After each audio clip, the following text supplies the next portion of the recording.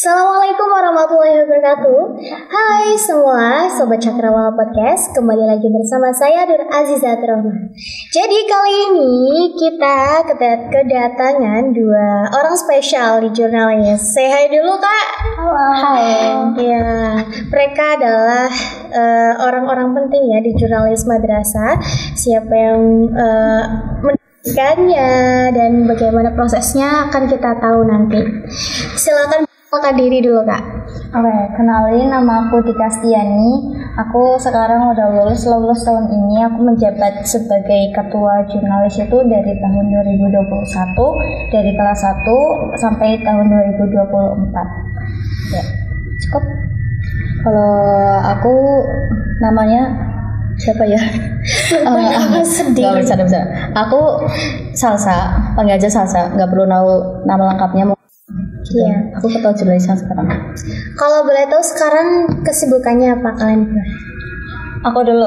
Ya, untuk aku kesibukan sekarang itu lagi kerja part time sambil nunggu buat studi lanjut. Ya, insya Allah bulan Agustus besok aku udah mulai studi lagi. Kalau boleh tahu di mana Kak? Itu masih rahasia. Kita tunggu ya. Jadi di sini Sobat Cakrawala Podcast pengen tahu nih, gimana sih awal mula berdirinya Jurnalis, gimana perkembangannya dan apa aja tantangannya. Boleh dijawab dari siapa dulu nih? Kak Salwa. Ya enggak, yang duluan dulu. Oh, dari Kak Dika dulu deh, ayo. Oke, aku sharing sedikit tentang pengalamanku dulu ya. Jadi aku itu mencetuskan jurnalis itu pada saat aku menjabat sebagai anggota OSIM.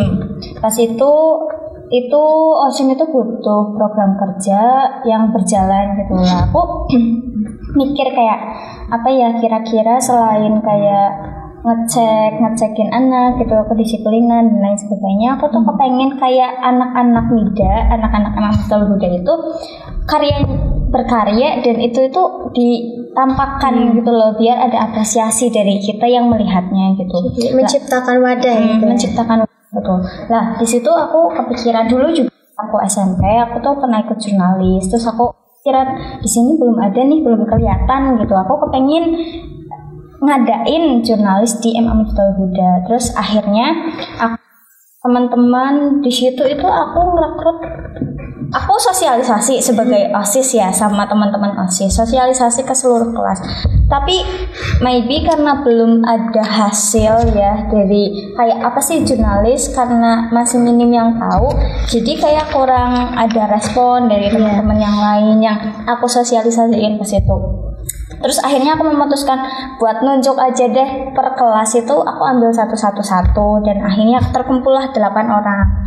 8 orang itu terus dibikin struktur, dan yang pertama aku apa sih tujuan jurnalis itu aku pertama mikirnya yang simple dulu lah, kayak aku bikin mading, terus nanti kayak anak-anak dibikinlah jadwal kayak setiap seminggu itu kayak ada yang gambar kek, atau ada yang bikin puisi atau pesan-pesan apa. Kadang kan kalau misalkan ngisi mading itu unik gitu kan ya, intinya itu kita berkarya gitu, kita mengekspresikan diri kita buat nanti kita tuh dipajang di mading. Dan menurutku ketika karya kita kan ada seleksi itu, kayak kita nanti ada pengurus madingnya, terus nanti mana karya yang bagus itu nanti ditampilin di mading, dan itu jadi apresiasi. Nanti kalau misalkan ada apa sih namanya karya terbaik, pasti kan ada reward gitu. Dan setelah kita berjalan mungkin ada 1 bulan kita jalanin jurnalis itu dengan konsep mading itu, terus akhirnya kita ada kegiatan narasumber datang ke kita, pelatihan. Lah, itu pelatihan sama namanya tuh Pak Aan Herdiana. Beliau itu dosen di salah satu universitas Banyumas, Universitas Peradaban sini, Bumiayu. Nah, beliau itu mengisi berita. Nah, di situ kan ada sharing-sharing saat kita udah lagi pelatihan itu, ada sharing-sharing. Beliau nanya di sini kalian ada ide nggak buat kelanjutannya jurnalis itu mau bikin apa selain bikin mading atau ngisi blog gitu. Terus di situ ada suatu ide yang akhirnya dilanjutkan sama kita, dan itu prosesnya lama dan akhirnya berhasil. Buat apa itu hasilnya, mungkin ada yang tahu? Ya. Apa? Buku apa? Buku Simba Sang Lentera. Kalian udah baca? Sudah dong. Isinya apa? Isinya biografi dan puisi ya. Puisinya puisi siapa? dari anak-anak Imam Zal Huda dan juga Ya, suara santri untuk masyayihnya. Yaitu mungkin punya itu simple ya, nggak terlalu yang wah banget. Tapi apa isi dari itu? Aku mengangkat itu tuh biografi apa? Aku kepengen anak-anak, kan beliau itu Simbah Kiai Haji Zaini Ilyas dan juga Simbah Nyai Haja Mutasying Zaini itu kan udah sedo. Aku tuh kayak sempet ngerasa miris, kayak ada anak baru datang nih, terus abis itu mereka tuh nggak tahu apapun, dia pendiri pondok ini gitu. Diceritain satu persatu, kan seangkatan datang ratusan anak nih ya. Kita ceritain satu-satu ke anak satu cerita. Kita capek banget kan nyeritain. Terus di situ aku mikir, gimana kalau aku bikin buku biar mereka itu tanpa kita ceritain mereka tahu sendiri dari buku itu gitu, dan itu malah jadi kayak apa sih, hasil karya santri untuk gurunya gitu kan. Dan dari kelas 1 itu, dari berawal dari pelatihan itu, diproseslah kita bikin buku namanya Simbah Sang Lentera. Itu isinya tentang biografi beliau dari beliau kecil sampai beliau itu wafat. Terus ada juga puisi-puisi santri Miftahul Huda, karena isinya bukan cuma anak aliyah doang, jadi yang isi itu banyak. Itu jumlahnya ada 100 kan, karena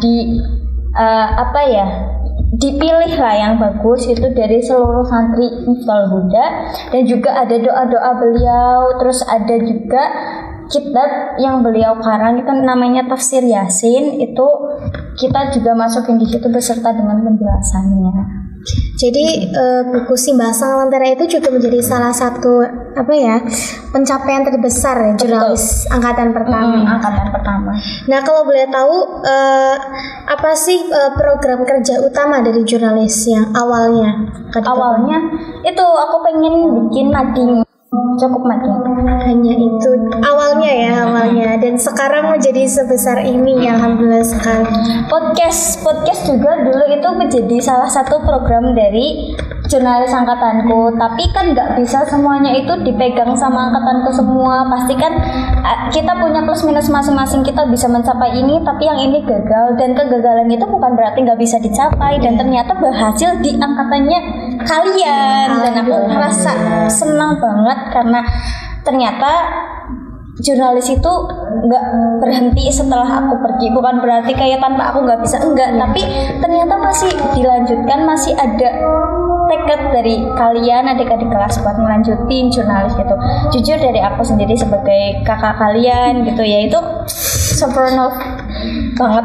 Intinya aku ngerasa senang banget kayak ngelihat kalian itu aktif di sosial media kayak gitu. Itu benar-benar aku apresiasi. Ya, kita juga makasih ya Kasa, dari adanya Kadika yang mencetuskan jurnalis ini, kita jadi punya wadah berkarya dan teman-teman. Yang selanjutnya aku mau nanya, waktu itu kan jurnalis itu kan mungkin di telinga anak-anak MA mungkin terutama kayak masih asing sekali gitu kan. Gimana sih respon dari anggota baru jurnalis dan masyarakat sekitar pada saat aku bangun? Ya. Pas itu pembinanya itu Pak Rusman ya. Pak Rusman. Say hello Pak Rusman. Ya, Pak Rusman, dan juga ada namanya Ustadz Slamet Tokito dan Ustadz Kuat Sokoso. Ke situ pemahaman materi tentang jurnalis itu diberikan oleh Pak Ustadz Kuat Sokoso. Terus akhirnya kan mereka dikumpulin tuh, terus dikasih pemahaman, dan mereka tuh lebih pahamnya setelah praktek sih. Kayak mereka jadi paham, oh jurnalis kayak gini setelah mereka ngelakuin apa yang ada di dalam jurnalis itu.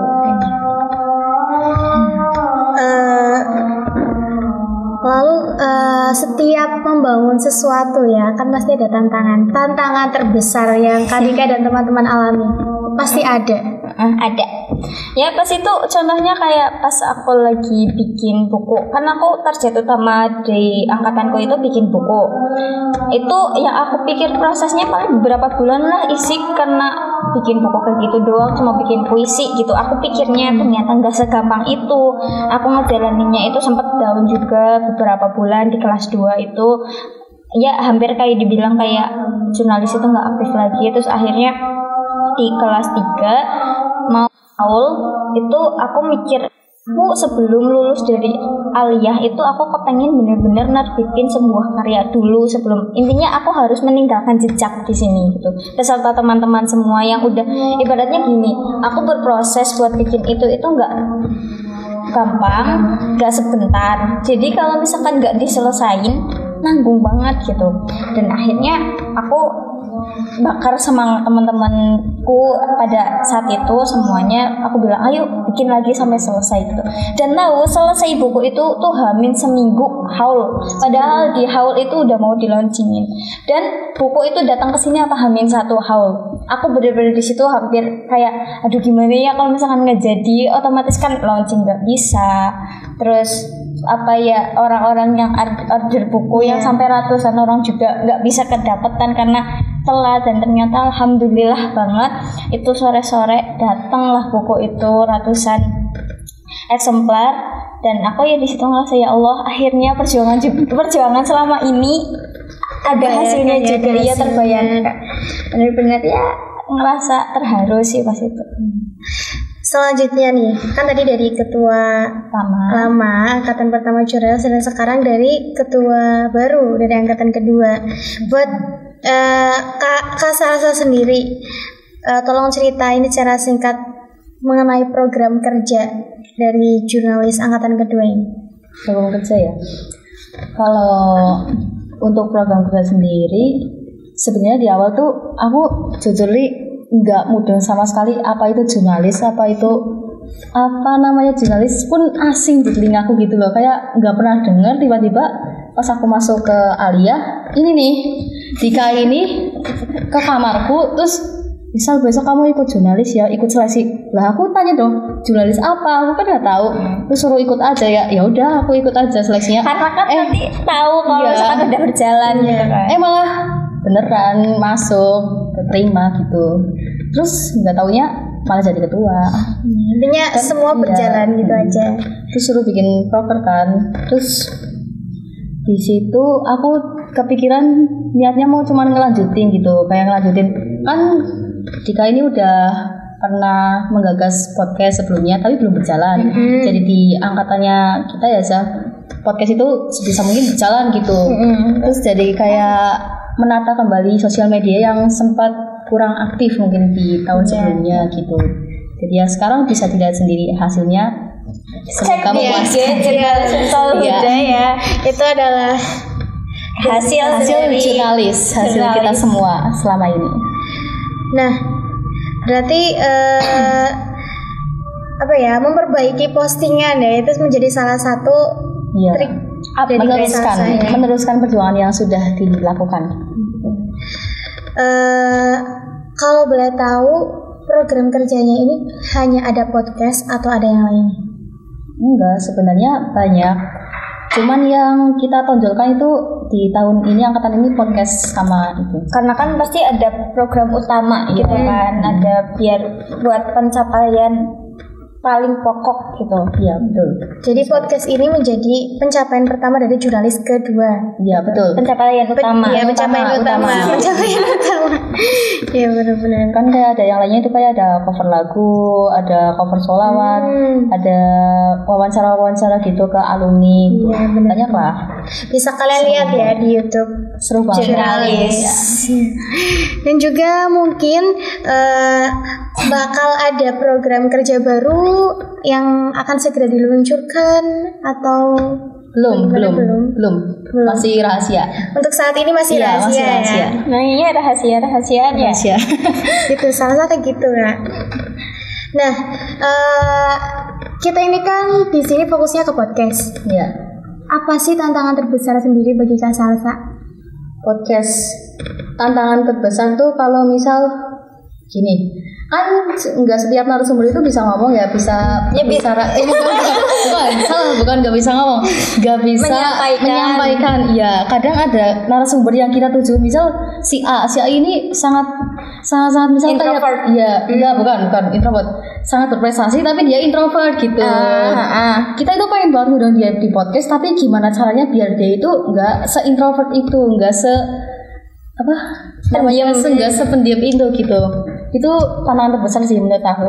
Kalau misalkan di program kerja selain podcast, di program kerja selain ini aman insya Allah. Enggak, cover lagu. Misal gini, ada si A lagi, jangan si A, si B. Si B ini suaranya bagus, kita minta dia buat cover lagu. Misal cover lagu apa ya yang terakhir ini, Tuntut Batin ya, tapi dia itu malu-malu gitu, jadi kayak kurang keluar gitu suara emasnya itu. Gimana caranya kita buat membuat dia percaya diri gitu. Itu tantangannya. Ya mungkin kan gini, kita kan lagi sekolah, itu kan organisasi atau ekstrakurikuler itu wadah buat improving diri. Jadi no problem ketika kayak orang-orang teman-teman kalian kayak ngikutin program kalian selagi mereka mau dan mereka benar-benar ngelakuin walaupun hasilnya belum sempurna, itu udah benar-benar apresiasi. Karena apa?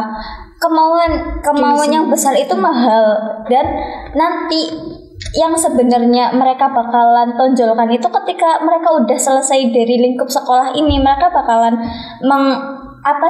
ekspresikan diri dia itu yang sebenarnya itu ketika dia udah keluar dari wadahnya gitu loh. Ya jadi ya mungkin emang jadi problem, dan tugas kalian sebagai pengurus jurnalis itu harus ayo kamu bisa nyemangatin support gitu loh, supaya jadi support system supaya dia itu bisa makin tambah kemampuan dari diri dia gitu ya. Itulah tugas kalian sebagai pengurus jurnalis. Dikasih saran sama ketua lama. Harus dong. Nah ini kan tadi mungkin dari anak-anaknya ya. Kalau misalkan dari madrasahnya sendiri, dari kampusnya sendiri bagaimana? Mungkin ada kendala, dukungan atau apa seperti itu? Kendala dari madrasah gak ada sih. Sekolah sebenarnya sangat-sangat mendukung apa yang kita lakukan, apa yang kita kerjakan. Mungkin ada beberapa kesalahan dari kita itu sih sebenarnya, kayak kita kurang menjaga alat-alat milik kita sendiri, kita kerjanya kurang itu serius. Evaluasi buat diri sendiri ya. Evaluasi sih.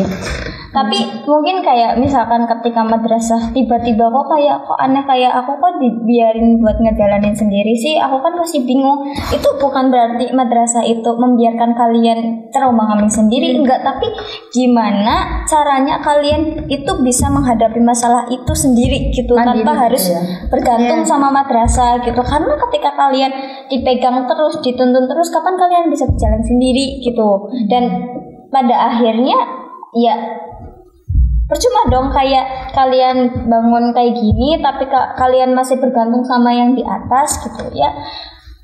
Karena wadah itu kan buat mengelola kemampuan gitu kan. Jadi ya perlulah di-os gitu supaya kalian itu bisa berpikir gimana sih caranya biar aku bisa nyelesain ini gitu, bisa berhasil nyapai ini gitu.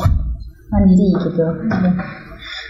Terus kayak kita kan namanya organisasi ya, pasti sering ada miskomunikasi gitu. Sering kan? Sering. Kalau dari masing-masing nih, gimana sih cara menghadapi miskomunikasi ini antar anggota gitu, dan memotivasi semangat kerja anggota gitu. Pokoknya kalian itu harus nurunin ego kalian. Kalian di umurku pun ya masih labil emang, tapi ketika kalian mau nurunin ego, kalian bisa menghadapi masalah dengan kepala dingin, jangan gerasa-gerusu. Intinya pendapat orang lain kita dengerin. Terus ketika kita punya pendapat, cobalah dikolek kayak pendapat kamu sama pendapatku dijadiin satu, pasti nanti jadi suatu pendapat yang luar biasa kayak gitu kan. Ya ketika kalian miskomunikasikan kadang karena kayak nggak sreg gitu kan, kayak aku nggak sreg sama dia juga nggak sreg sama aku gitu, terus akhirnya kalian nggak miskomunikasi, nggak bilang apa-apa, terus jadi berantakan lah apapun yang kalian kerjain itu solusinya ya kalian harus nurunin ego, profesional juga. Jadi nah, kalau kalian punya masalah pribadi ya udah di belakang layar aja, kayak ketika kalian lagi tugas bareng, lagi terjun lapangan bareng, ya udah kalian profesional di situ, jangan mikirin ego masing-masing karena itu benar-benar ngancurin kayak gitu. Udah kayak gitu doang, kuncinya itu. Siap. Makasih Kak Dika. Jadi pelajaran buat kita ya, Sa. Dan untuk seluruh organisasi lah ya, seluruh. Nah, kemudian buat Kak Dika sendiri melihat perkembangan dari awal terbentuk sampai sekarang, gimana sih respon Kak Dika? Jempol 10 lebih. Pokoknya aku tuh cuma 2 ya. Pinjam punya teman-teman yang di rumah ya. Iya, pinjam punya anggota semuanya. Intinya aku tuh merasa sangat bangga ke kalian yang udah berusaha buat mengimprove, buat memperbaiki jurnalis yang awalnya aku itu masih ya ecek-ecek gitu sampai kelihatan berkelas oleh kalian, sampai yang aku cuma kepengen bikin podcast sampai akhirnya terbangunlah tempat seperti ini. Walaupun sederhana memang nggak terlalu wah banget, tapi ini udah bener-bener suatu pencapaian yang bikin aku tuh ngerasa seneng, bangga. Intinya aku tuh nggak bisa berkata-kata, ini aku seneng banget mereka masih mau ngelanjutin perjuangan aku dan kakak-kakak kalian semua itu. Intinya hebat banget. Aplaus untuk kita semua. Ya, kemudian saran dari Kak Dika untuk ketua yang baru ini dan untuk adik-adik jurnalis berikutnya. Dari Kak Salsa juga. Aku buat aku sendiri. Buat adik-adik nanti aku buat ini buat yang sekarang. Siapa dulu nih? Yang tua dulu. Oh, yang tua dulu semua. Kamu lebih tua? Enggak. Jadi saran dari aku ya, intinya kalian harus selalu kompak, kerja sama tim itu intinya harus berjalan dengan baik, profesional dalam bekerja. Terus juga kalian jangan mentingin ego kalian masing-masing, dengerin saran anggota kalian untuk ketua, dan juga ya intinya seringin ngobrol lah, karena dari obrolan itu biasanya muncul ide-ide kreatif gitu. Terus ya tetap rangkul, kayak ketika ada temen yang kayak mungkin kadang kan ngerasa kayak entah ngelakuin kesalahan atau ngerasa dia itu bekerja kurang baik, kan kadang minder ya orangnya itu ya disalahin, tapi bukan disalahin tapi kayak kamu lebih dibilangin lah biar lebih baik lagi dalam bekerja gitu. Terus intinya saling mengerti satu sama lain, karena ketika kita mentingin ego itu udah ya kurang lebih kayak gitu. Intinya selalu kompak, selalu bareng-bareng terus. Dari kalian juga kan mulai ini dari nol, kalian juga harus dari nol bareng-bareng, kalian sukses juga harus bareng-bareng gitu. Keren. Dari Kak Salsa. Dari aku satu sih, cuma satu buat seluruh anggota yang sekarang dan mungkin untuk adik-adik kelasku, jaga alat kalian. Itu parah banget sih kalau hilang. Yang disalahin ya bukan yang disalahin, yang dicari-cari pertama itu ketuanya. Gimana kamu tahu nggak ini gimana gitu. Ini curhat ya sedikit ya, kayak jagalah alat kalian. Alat itu mahal, semua alat di sini itu mahal. Ya, bukan bermaksud untuk pamer dan sombong, tapi emang mahal dan jelas nggak bisa dibeli pakai uang jajan. Dan sih itu aja, selebihnya sama kayak ya. Iya. Alat ya guys. Nah, yang terakhir nih, harapan dari Kak Dika dan Kak Salsa buat jurnalis kedepannya. Terus ya. Semuanya terus Semuanya berkreasi, berprestasi. Dan mungkin adik-adik kelas kita banyak yang minat banget dari awal pasti jurnalis itu jadi peminat paling utama. Iya, banyak yang minat ya di jurnalis. Amin. Semoga. Apa aja sih Kak syaratnya buat syaratnya? Spoiler dulu ya. Spoiler tipis-tipis. Spoiler gitu lah, Kak. Satu aja ya, jangan banyak-banyak. Satu itu harus percaya diri. Ya. Nah itu. Pede dulu ya. Betul, Pede karena dulu, kita tuh iya. terjun lapangan pasti ya. Nah Iya, itu pasti. dia. Ketemu sama orang banyak. Kalau introvert Repot ya kalau introvert kayak ih aku malu, aku nggak bisa, di kerumunan banyak aku bisa. Udah itu bahaya banget, itu bahaya, nggak bisa selalu kita. tetap panik ya. Iya, nggak bisa kayak gitu. Aduh, selanjutnya apalagi nih? Panggil udah sore. Iya, udah oke. Udah sore. Ya, terima kasih sahabat Cakrawala Podcast telah mengikuti kita semua.